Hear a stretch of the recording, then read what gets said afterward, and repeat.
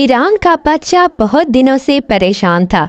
यूं तो हर तरफ खुशहाली का दौर था, मगर बादशाह की परेशानी की वजह इसकी इकलौती बेटी शहजादी सना थी। हर बाप की तरह बादशाह भी अपनी बेटी की शादी करके अपने फर्ज से फारिग होना चाहता था, लेकिन शहजादी सना ने भी अजीब ऐलान कर रखा था कि जो शख्स इसके सवालात के दुरुस्त जवाब देगा वो सिर्फ इसी से शादी करेगी। आसपास की रियासतों के कई शहजादे आए मगर नाकाम लौट गए। इस मुल्क में एक निहायत काबिल नौजवान तालिब इल्म भी रहता था। इसका नाम आजम था।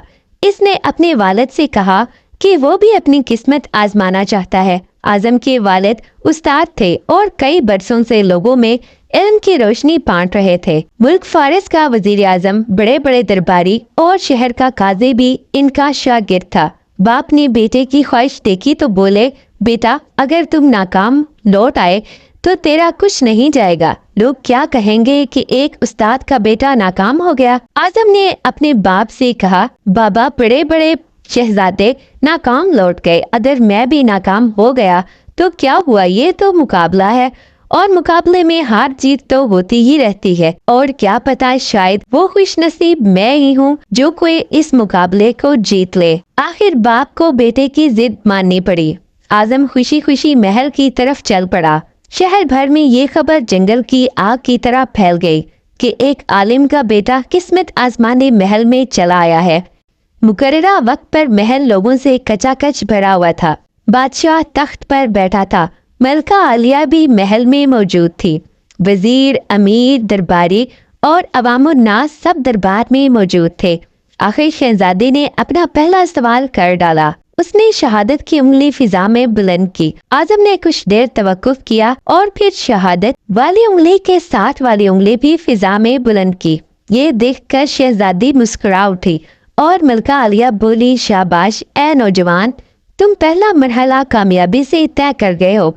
दूसरे सवाल के लिए शहजादी कुर्सी से उठी और हाथ में तलवार लेकर हवा में चलाने लगी। कुछ देर बाद वो दोबारा अपनी नशिस्त पर आकर बैठ गई। बादशाह समेत हर दरबारी की नजर आजम पर थी। आजम खड़ा हुआ और अपनी जेब से एक कलम निकालकर फिजा में बुलंद कर दिया। शाबाश ए नौजवान, हम खुश हुए। ये जवाब भी दुरुस्त है। मलका आलिया की आवाज दरबार में उभरी। इसी के साथ दरबार मुबारक हो की आवाज से गूंज उठा। दो सवालात क्या थे, इनके जवाबात क्या थे? अब हर शख्स इस पर गौर कर रहा था कि शहजादी ने क्या पूछा और आजम ने क्या जवाब दिया। लोगों के लिए एक राज था। आखिर शहजादी ने तीसरा सवाल कर डाला। वो तेजी से सीढ़ियां उतरी और तेजी से सीढ़ियां चढ़कर दोबारा अपनी नशिस्त पर बैठ गई। ये बड़ा अजीबो गरीब सवाल था। हर तरफ खामोशी थी। लोगों की सांसें रुकी हुई थी। अब तो आजम के हाथ पांव ठंडे हुए जा रहे थे। आखिर आजम खड़ा हुआ और अपने दिल पर हाथ रखकर शहजादी की तरफ देखने लगा। मरहबा ए नौजवान, मुबारक हो। शहजादी ने तुम्हें पसंद कर लिया है। मलका आलिया की आवाज के साथ ही शहजादी सना शर्मा कर महल के अंदरूनी हिस्सा की तरफ चली गई और महल मुबारकबाद की आवाज से गूंज उठा। लोग खुशी से झूम रहे थे।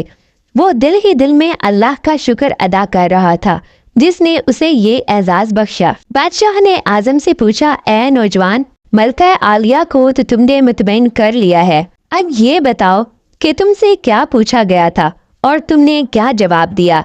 अगर तुमने एक भी गलत जवाब दिया तो तुम्हारी गर्दन मार दी जाएगी।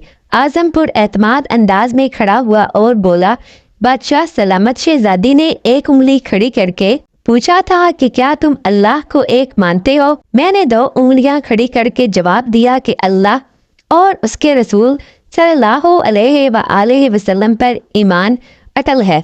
बहुत खूब, हम खुश हुए, बादशाह ने मुस्कुरा कर जवाब दिया। आजम बोला। इसके बाद शहजादी ने तलवार चलाकर पूछा था कि इससे बड़ा कोई हथियार है?